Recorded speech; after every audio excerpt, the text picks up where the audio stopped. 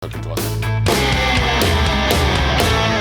Now you've got the back on the market straight. The entire 25 securities exchanges on the African continent is worth a total of just $2 trillion with 1,100 listed companies. Now, among these 25 exchanges, only South Africa and Egyptian stock markets have up to 12% liquidity, which meets global market standards. So how could liquidity be enhanced among the rest of African markets? That's the focus of this high-level panel last week at the annual African Securities Exchanges Conference held in Nairobi. Let's take a listen.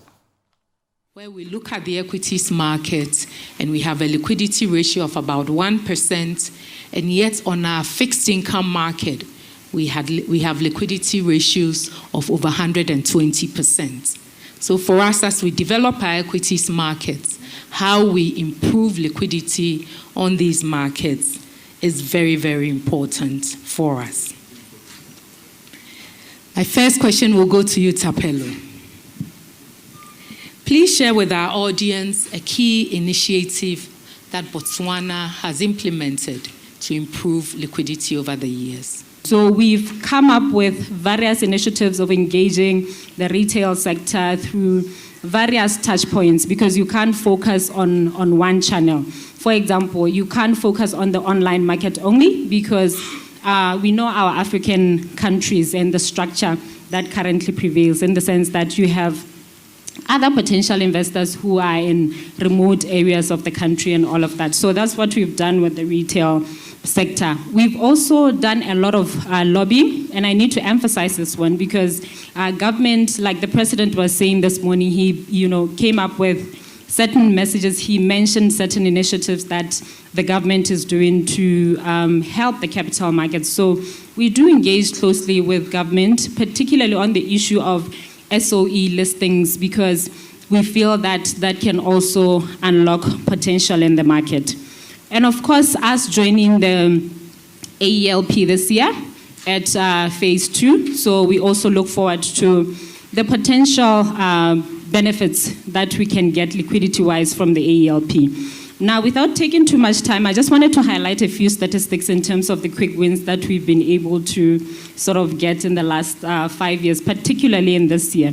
We've seen our investor base grow by more than 100% in the last 5 years.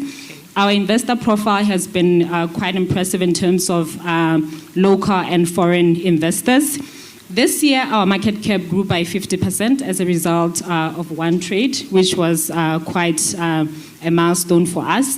We had an instance where we issued 47 bonds in one day, and we registered the biggest trade this year of 2.8 billion, which was quite impressive. So all of these have sort of stimulated and shot our numbers up, in a short space of time. We do acknowledge liquidity is a big problem in our market. We still have a long way to go, but we are very much committed. One of the things we see is that I need to be able, and there's a lot of discussion about day trading, which is going in within the day, but there's a rather large missed opportunity, which is swing trading. Buy today, sell in 2 days. Buy tomorrow, sell in a week. And that allows me, if I was to use my phone, to get my own dings, bings, and little shakes on the phone. And that fits very well with the environment, with this young person. So tomorrow he's getting a little ding about some betting thing that he did. The next day he's getting a little bing about EABL, and that it's a good price to buy. The third day from there, it's a good time to sell EABL. And so you're swimming in the environment that he naturally walks into. And so with robo-advisory, what you get is a system that consumes the material, the research material, the data that we must all consume. And in the case of my company, Forefront, we consume 6 years of data to make one decision. And that decision comes to the client as a bing, right? On their phone, they're they're going to a party and they get a little bing on their phone saying, I think you should look at EABL. I think you should look at Safaricom, right? And that gives the dopamine rush that you get from a gambling event. Once you have that, the only thing you now need to put in front of this person is a little buy button or a little sell button. So I think the liquidity situation has been frustrating, but I think perhaps this is now opening us up to have a different conversation. Perhaps we should not be so focused on the foreign investors. We should be looking at the domestic investors. The Kenyan government, for example, is spending a lot of time and effort to get us to save more. Kenyan savings were in cattle and land and those types of assets that you knew where it was, but now they want us to be in financial assets. So the question that we need to ask, and it came up earlier in the day, is that are there the opportunities to invest these financial assets? And people always say no, but they are. They're there. I mean, they could have funded the expressway, they could be in geothermal power stations, they could be trading carbon credits, they could be doing all sorts of things. So I think that really is the conversation that we should be having, and the opportunity. How do we grow, some of the stuff he's talking with the robo-advisor, that's really fascinating. How do we grow that retail investor we know is in betting and getting the dopamine from betting? How do we bring them into our market? How do we get that asset manager to avoid what we were just discussing, the Ghanaian disaster of having your bond portfolio restructured? If you talk to a portfolio investor in Kenya, they think, well, the default is never possible. I'm sure in Ghana, as we spoke about, it seemed not possible, but it was possible. So I think we all need to start thinking about how do we encourage those pools of capital to be more liquid. Within T+3, you have your money. You could have it in T+0 in some markets, in some instances. It's liquid, you can see it, no one's going to run away with it. So I think this is really what we really should perhaps start thinking. And I think what's also interesting in the context of what's been discussed here in terms of linking the different stock exchanges is that we act for our clients across a lot of Africa, but there are very few institutions that I see that are African investing in Africa. In my view, there are what I call the 4 Ps of the ecosystem that we need to try to get aligned so as to be able to make some progress on that. And those 4 Ps are products, they are players, getting more players to be part of the ecosystem, they are partnerships, and then the 4th one, which is very important, is performance. Of course, for time's sake, I'm not going to go into those 4 Ps. I'm going to focus only on one, which is the performance one.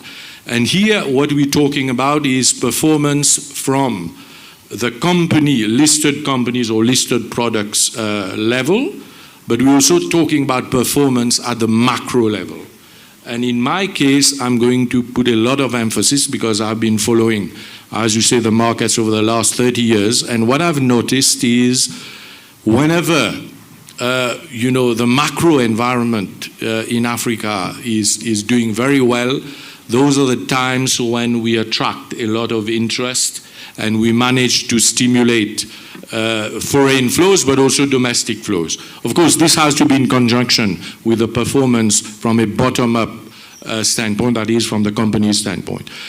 And when we look at what has happened over the last few years, this then explains why it's becoming more and more difficult for African exchanges to attract not only global order flows from the foreign investors that we want to attract, but also, as you mentioned, we are now even grappling in terms of getting the local investors to be very active.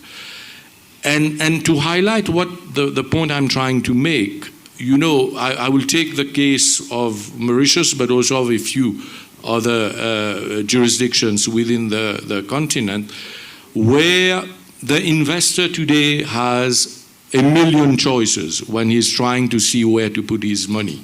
Last year, we commissioned a study at the African Development Bank. We work with Asea to look at the competitive landscape of African capital markets, especially looking at African stock exchanges, right? So the study basically was to identify those factors that were making African capital markets to not be competitive. And then we worked with a team of international consultants who are very experienced in this space. They sampled more than 100 respondents, looked at more than 10 markets on the continent, spoke to investors both locally and internationally, They spoke to issuers also on the continent and those outside the continent. And one common theme as regards factor that was impeding competitiveness of African stock exchanges was liquidity. So it appeared like all 4 boxes. But it was not just liquidity, it was listing process timing, it was listing cost. There was a lot of mention of currency convertibility and then the exchange rate fluctuations. I think Martin mentioned some of the issues you've had in some of these markets this year, over the last couple of years, in North Africa and West Africa in particular also. I don't want to mention some countries. So you realize that when you look at some of those ratios that track liquidity, you mentioned one earlier, which is the average turnover to market cap. For a lot of our markets, it's between 0 and 10, which is very, very low, right? If you look at market cap to GDP also, for developed countries, it's usually more than 100.